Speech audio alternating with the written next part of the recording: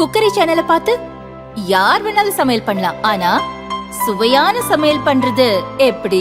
நான் இதயம் நல்லெண்ணெயில சமையல் பண்றேன். ஆஹா ஓஹோன்னு பாராட்டுறாங்க. நீங்களும் இதயம் நல்லெண்ணெயில சமையல் பண்ணுங்க, பாராட்ட வாங்குங்க. தினம் தோறும் வாங்குவே இதயம் இதயம். வணக்கம். செய்திச் சுருக்கம். இத்தாலி பிரதமருடன் பிரதமர் மோடி சந்திப்பு. பிரேசிலில் நடைபெறும் G20 உச்சி மாநாட்டில் பிரதமர் மோடி பங்கேற்றார். மாநாட்டிற்கு இடையே இத்தாலி பிரதமர் ஜார்ஜியா மெலோனியை பிரதமர் மோடி சந்தித்தார். பாதுகாப்பு, வர்த்தகம் மற்றும் தொழில்நுட்பம் ஆகிய துறைகளில் இருதரப்பு உறவுகளை ஆழப்படுத்துவது குறித்து தலைவர்கள் பேச்சுவார்த்தை நடத்தினர். பேச்சுவார்த்தைக்கு பிறகு G20 மாநாட்டில் இத்தாலி பிரதமர் ஜார்ஜியா மெலோனியை சந்தித்ததில் மகிழ்ச்சியடைந்ததாக பிரதமர் மோடி தெரிவித்தார். கலாச்சாரம், கல்வி மற்றும் பிற துறைகளில் ஒத்துழைப்பை எவ்வாறு அதிகரிப்பது என்பது குறித்து பேசினோம். இந்தியா இத்தாலி நட்புறவு ஒரு சிறந்த உலக முன்னேற்றத்திற்கு பெரிதும் உதவும் எனவும் பிரதமர் மோடி தெரிவித்தார். நவம்பர் 24 அனைத்துக் கட்சி கூட்டம். குளிர்கால கூட்டத்தொடரை நடத்துவதற்கு ஜனாதிபதி திரௌபதி முர்மு ஒப்புதல் அளித்துள்ளார். பார்லிமெண்டின் இரு அவைகளும் நவம்பர் 25ஆம் தேதி கூடுகிறது. இந்த கூட்டத்தொடர் டிசம்பர் 20ஆம் தேதி வரை நடக்க உள்ளது.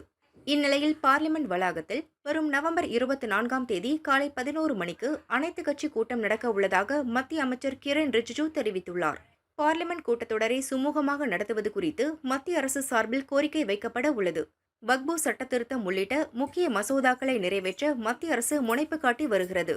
பல்வேறு முக்கிய பிரச்சினைகளை எழுப்பவும் எதிர்க்கட்சிகள் திட்டமிட்டுள்ளது. சிசிங் ராஜா வீட்டில் இறங்கிய போலீசார். பின்னணி என்ன? சென்னையில் 6 கொலை உட்பட 39 வழக்குகளில் தொடர்புடையவர் பிரபல ரவுடி சிசிங் ராஜா. வேளச்சேரியில் பார் ஓனர் ஒருவரிடம் துப்பாக்கி முனையில் பணம் கேட்டு மிரட்டிய வழக்கில் செப்டம்பரில் இவர் கைதானார். அப்போது போலீசாரை தாக்கி தப்பி செல்ல முயன்ற இவர் என்கவுண்டரில் சுட்டுக் கொல்லப்பட்டார். பகுஜன் சமாஜ் கட்சி மாநில தலைவராக இருந்த ஆம்ஸ்ட்ராங் கொலை வழக்கிலும் இவர் தேடப்பட்ட நபராக இருந்தார். இந்த சூழலில் ரவுடி சிசிங் ராஜாவின் வீடு மற்றும் அவர் தொடர்புடைய உறவினர்களின் வீடுகளில் போலீசார் மற்றும் வருவாய்த்துறை அதிகாரிகள் இன்று அதிகாலை முதல் சோதனை நடத்தி வருகின்றனர். வில்லிவாக்கம், சேலையூர், தாம்பரம் உள்ளிட்ட 10க்கும் மேற்பட்ட இடங்களில் சோதனை நடக்கிறது. இதன் பின்னணி குறித்து பார்க்கும்போது 2015இல் சேலையூர் பகுதியில் 1 ஏக்கர் அரசு நிலத்தை மோசடி செய்து விற்ற புகார் சிசிங் ராஜா மீது உள்ளது. சிசிங் ராஜா அவரது கூட்டாளிகள் போலி ஆவணம் தயார் செய்து 273 பேருக்கு விற்றிருந்தனர். ஆக்கிரமிப்பு நிலத்தை மீட்க அப்போதைய VAO அரசுக்கு பரிந்துரை கடிதம் அனுப்பினார். 2023இல் அரசு நடவடிக்கை எடுத்து நிலத்தை மீட்டது. இந்த சம்பவத்தில் மூளையாக செயல்பட்டது சிசிங் ராஜாதான். ராஜா தொடர்புடைய கூட்டாளிகள் குறித்த தகவல்களை பெறவும் நிலங்களை வாங்கிய ஆவணங்களை கைப்பற்றும் நோக்கத்துடன் இந்த சோதனை நடப்பதாக கூறப்படுகிறது. டெண்டர் முறைகேடு அவதூறு வழக்கு. ஹைகோர்ட்டில் பழனிசாமி ஆஜர். அதிமுக ஆட்சி காலத்தில் நெடுஞ்சாலைத்துறை டெண்டர் ஒதுக்கீட்டில் அரசுக்கு 692 கோடி ரூபாய் இழப்பு ஏற்படுத்தி முறைகேடு செய்ததாக முன்னாள் முதல்வர் பழனிசாமி மீது அறப்போர் இயக்கம் குற்றம் சாட்டியது. இது தனக்கு அவப்பெயர் ஏற்படுத்தியதுடன் மன உளைச்சலும் ஏற்படுத்தியதாக கூறி ரூபாய் 1,10,00,000 ரூபாய் நஷ்டஈடு வழங்கும்படி அறப்போர் இயக்கம் மீது சென்னை ஹைகோர்ட்டில் பழனிசாமி அவதூறு வழக்கு தொடர்ந்தார். இந்த வழக்கை விசாரித்த ஹைகோர்ட் பழனிசாமி குறித்து அறப்போர் இயக்கம் அவதூறாக பேச இடைக்கால தடை விதித்தது. இந்நிலையில் இந்த வழக்கின் விசாரணை சென்னை ஹைகோர்ட் வளாகத்தில் உள்ள மாஸ்டர் கோர்ட்டில் நீதிபதி மகாலட்சுமி முன்பு இன்று விசாரணைக்கு வந்தது. சாட்சியம் அளிப்பதற்காக பழனிசாமி நேரில் ஆஜரானார். ஆவணங்களை சமர்ப்பித்து சாட்சியம் அளித்தார். இதைத் தொடர்ந்து வழக்கு விசாரணையை நீதிபதி மகாலட்சுமி டிசம்பர் 11ஆம் தேதிக்கு ஒத்திவைத்தார். அன்றைய தினம் பழனிசாமி மீண்டும் ஆஜராக வேண்டும் என்றும் நீதிபதி உத்தரவிட்டார்.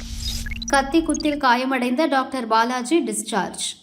சென்னை கிண்டியில் உள்ள உயர் சிறப்பு மருத்துவமனையில் புற்றுநோய் சிகிச்சை பிரிவு டாக்டராக இருப்பவர் பாலாஜி.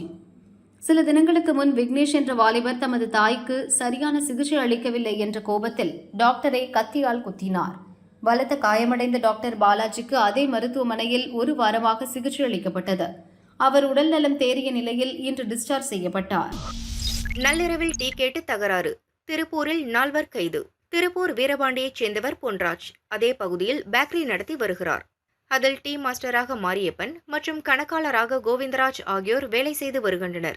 நேற்று முன்தினம் நள்ளிரவு பேக்கரிக்கு மது போதையில் வந்த 4 பேர் இனிப்பு மற்றும் கார வகைகளை சாப்பிட்டனர். கடை ஊழியரிடம் டீ கேட்டனர். நேரமாகிவிட்டதால் டீ இல்லை என்று கூறியுள்ளார். மது போதையில் இருந்த வாலிபர்கள் டீ இல்லை என எப்படி கூறலாம் என்று கூறி கடை ஊழியர்களிடம் தகராறு செய்தனர். சாப்பிட வைக்கும் பணம் கொடுக்க முடியாது என்று கூறினர். தொடர்ந்து கடை ஊழியர்களை பிடித்து சரமாரியாக தாக்கினர். தகவலறிந்து சென்ற போலீசார் மது போதையில் இருந்த வாலிபர்களை கைது செய்து வீரபாண்டி ஸ்டேஷனுக்கு அழைத்து சென்றனர். விசாரணையில் அவர்கள் வீரபாண்டி பகுதியைச் சேர்ந்த சிவா, கனகராஜ், கார்த்திக் மற்றும் மணிகண்டன் என்பது தெரிந்தது.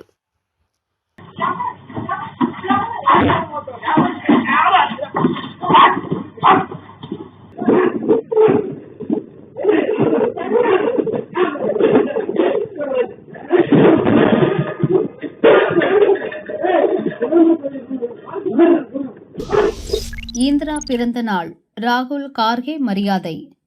முன்னாள் பிரதமர் இந்திராவின் 107வது பிறந்த நாள் இன்று கொண்டாடப்படுகிறது. இதையொட்டி டெல்லியில் உள்ள அவரது நினைவிடத்தில் லோக்சபா எதிர்க்கட்சித் தலைவர் ராகுல் மலர் தூவி மரியாதை செலுத்தினார். தொடர்ந்து காங்கிரஸ் தலைவர் மல்லிகார்ஜுன கார்கே, பொதுச் செயலாளர் வேணுகோபால் உள்ளிட்ட காங்கிரஸ் நிர்வாகிகளும் மரியாதை செலுத்தினர். இந்திரா பிறந்த நாளை முன்னிட்டு ராகுல் வெளியிட்ட அறிக்கையில், தைரியம் மற்றும் அன்பு ஆகிய இரண்டுக்கும் பாட்டி ஒரு சிறந்த உதாரணம். தேச நலன்களுக்கான பாதையில் அச்சமின்றி நடப்பதே உண்மையான பலம் என்பதை அவரிடமிருந்து நான் கற்றுக்கொண்டேன். அவருடைய நினைவுகள் எனக்கு எப்போதும் உறுதுணையாக இருக்கும் என கூறியுள்ளார். 2000 கோடி கிலோ அரிசி கோதுமை மாயம், ரூபாய் 69,000 கோடி இழப்பு. உலக அளவில் மிகப்பெரிய ரேஷன் முறை நம் நாட்டில் நடைமுறையில் உள்ளது. 81.4 கோடி மக்களுக்கு அரிசி மற்றும் கோதுமை இலவசமாக வழங்கப்படுகின்றன. ஆண்டுக்கு 5.24 கோடி டன் அரிசியும் 1.90 கோடி டன் கோதுமையும் மாநில அரசுக்கு அனுப்பப்படுகின்றன.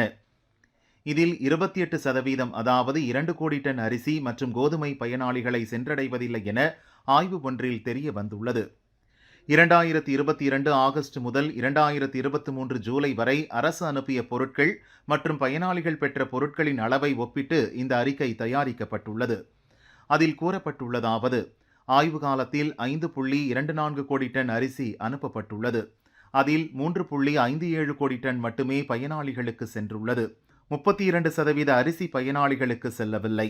அதுபோல 1.90 கோடி டன் கோதுமை அனுப்பப்பட்டதில் 1.6 கோடி டன் மட்டுமே பயனாளிகளுக்கு கிடைத்துள்ளது. 15% மடைமாற்றப்பட்டுள்ளது. இந்த 2 தானியங்களில் 28% அரசிடமிருந்து பயனாளிகளுக்கு செல்லும் வழியில் பலரால் அபகரிக்கப்பட்டுள்ளன. இப்படி மாயமாகும் பொருட்கள் வெளிச்சந்தைகளில் அதிக விலைக்கு விற்கப்படுகின்றன. ஒரு ஆண்டில் மட்டும் மத்திய அரசுக்கு 69,109 கோடி ரூபாய் இழப்பு ஏற்பட்டுள்ளது.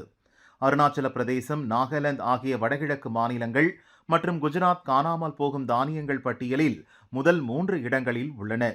ரேஷன் நடைமுறைகள் டிஜிட்டல் மயமாக்கப்பட்டதால் ரேஷன் பொருட்கள் மோசடி வெகுவாக குறைந்துள்ளது எனவும் கூறப்பட்டுள்ளது. 2 மணி நேரம் நின்ற இதய துடிப்பு, மீண்டும் உயிர் கொடுத்த டாக்டர்கள். மெடிக்கல் மிராக்கல் சம்பவம். ஒடிசா நாயகர் மாவட்டத்தில் உள்ள ஓடபாலா கிராமத்தைச் சேர்ந்த ராணுவ வீரர் சுபகந்த், வயது 24, மாரடைப்பு அறிகுறிகள் தென்பட்டதால் அக்டோபர் 1 உள்ளூர் மருத்துவமனையில் சேர்க்கப்பட்டார். புவனேஸ்வர் எய்ம்ஸ் மருத்துவமனைக்கு மருத்துவர்கள் பரிந்துரைத்தனர். அங்கு சிகிச்சையின் போது கடுமையான மாரடைப்பு ஏற்பட்டது. இதய துடிப்பு செயலிழந்த நிலையில் இருந்த அவருக்கு டாக்டர்கள் மீண்டும் உயிர் கொடுத்த சம்பவம் அரங்கேறியுள்ளது.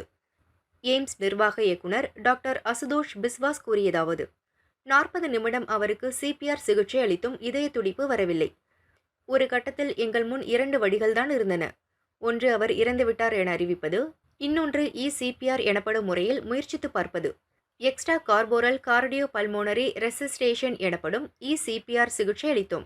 ஏறக்குறைய 2 மணி நேரம் துடிப்பே இல்லாமல் இருந்த அவரது இதயம் மீண்டும் செயல்பட தொடங்கியது. வழக்கத்துக்கு மாறாக அவரது இதய துடிப்பு இருந்தாலும் 30 மணி நேரம் கழித்து இதய செயல்பாடு மேம்பட்டது.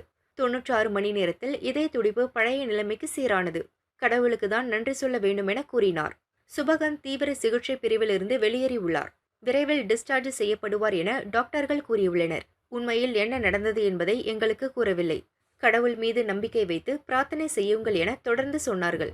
டாக்டர்களுக்கு கடமைப்பட்டுள்ளோம் என சுபகந்த் குடும்பத்தினர் மற்றும் உறவினர்கள் டாக்டர்களை பாராட்டினர். நோயாளியின் இதய துடிப்பு நின்று 120 நிமிடங்களுக்கு பின் மீண்டும் உயிர்ப்பிக்கப்படுவது நாட்டில் அரிதான நிகழ்வு. இது ஒரு புதிய மைல்கல் என சிகிச்சை அளித்த டாக்டர் ஸ்ரீகாந்த் கூறியுள்ளார். லேட்டாக வந்த மாணவிகளின் தலைமுடியை வெட்டிய வார்டன். ஆந்திர மாநிலம் விசாகப்பட்டினம் ஜி மதுகுள மண்டலத்தில் கஸ்தூரிபா காந்தி பெண்கள் வித்யாலயா பள்ளி இயங்கி வருகிறது. இங்கு படிக்கும் ஏராளமான மாணவிகள் அரசு விடுதியில் தங்கியுள்ளனர். நேற்று 15 மாணவிகள் பள்ளிக்கு காலதாமதமாக சென்றுள்ளனர். இதுகுறித்து பள்ளி நிர்வாகம் விடுதி வார்டன் பிரசன்னா குமாரிக்கு தகவல் தெரிவித்தது. பள்ளிக்கு வந்த பிரசன்னா குமாரி மாணவிகளை 2 மணி நேரம் வெயிலில் நிற்க வைத்தார். மேலும் 15 மாணவிகளின் தலைமுடியை கத்தரிக்கோலால் வெட்டி தண்டனை கொடுத்துள்ளார். இது பற்றி யாரிடமும் சொல்லக்கூடாது என மாணவிகளை மிரட்டினார். தலைமுடியை வெட்டியதால் மனமுடைந்த மாணவிகள் தங்களது பெற்றோரிடம் தெரிவித்தனர். அதிர்ச்சியடைந்த பெற்றோர் பள்ளிக்கு சென்று விசாரித்தபோது மாணவிகளிடம் ஒழுக்கத்தை வளர்க்கவே இதுபோன்று செய்ததாக பிரசன்னா குமாரி தனது செயலை நியாயப்படுத்தி பேசினார். இதனால் அவர்கள் போலீசில் புகார் அளித்தனர். அதன் பேரில் போலீசார் விசாரணை நடத்தினர். இதற்கிடையே மாணவிகளின் முடியை வெட்டி தண்டனை கொடுத்த விடுதி வார்டன் சஸ்பெண்ட் செய்யப்பட்டார்.